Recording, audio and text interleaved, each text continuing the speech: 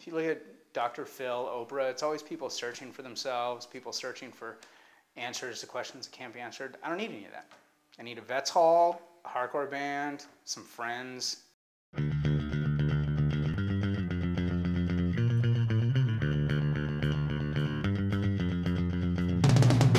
Technically, hardcore is basically just a hybrid of punk rock and metal. When punk rock got boring or got fake and metal got ridiculous, people who were raised on both kind of put them together to create a new sound.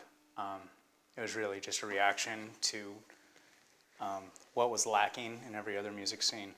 But I've always thought of it sort of as the kid, the bullied kid who bullies back. You know, it's the brooding monster.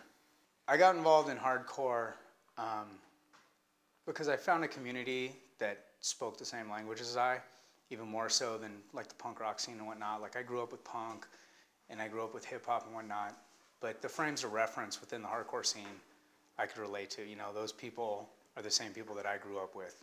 And so there was just something more genuine and more, spoke more directly in that scene than any other scene. And I just fell into it. I found my community, found my family, and then that was it. I was stuck. I was a lifer. It was just something, you know, you fall in love.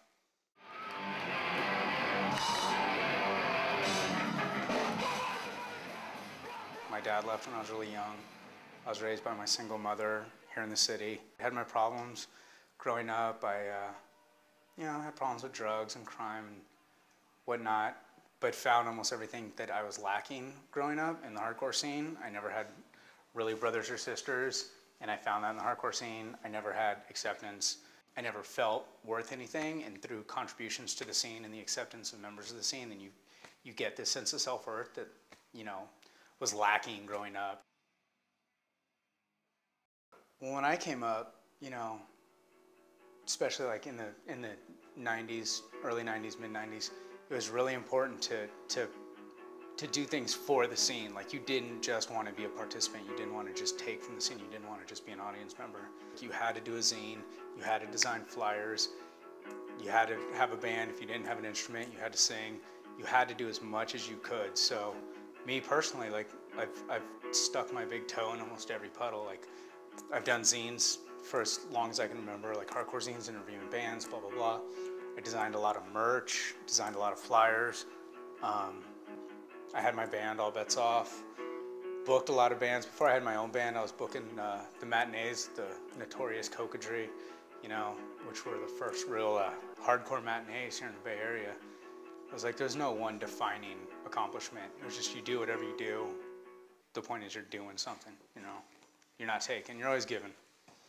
I wanted my own band. Everyone had a band, everyone I knew. The scene was small, but everyone who was involved kind of had a band, and I wanted my own.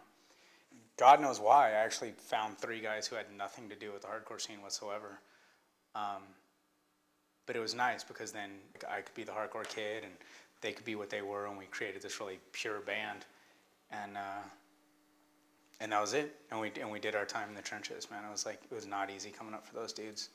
It was a really small scene. It was a really rough scene at the time, and hardcore was, I mean, it put the hard back in hardcore, man. It was like our first show was at the Alameda Saloon with Pressure Point, which was this huge skinhead band, and I mean, it wasn't like it is now. It wasn't easy. The thing is, here in NorCal, you know, we enjoyed hardcore when hardcore was, you know, original and new in the 80s.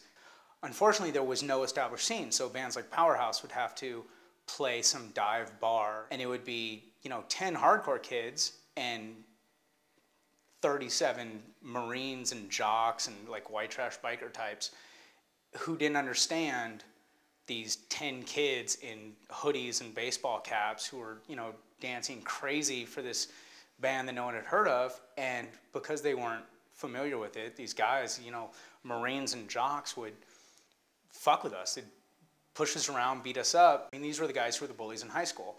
And they were so used to getting their way just by pushing their weight around, being big and being monstrous.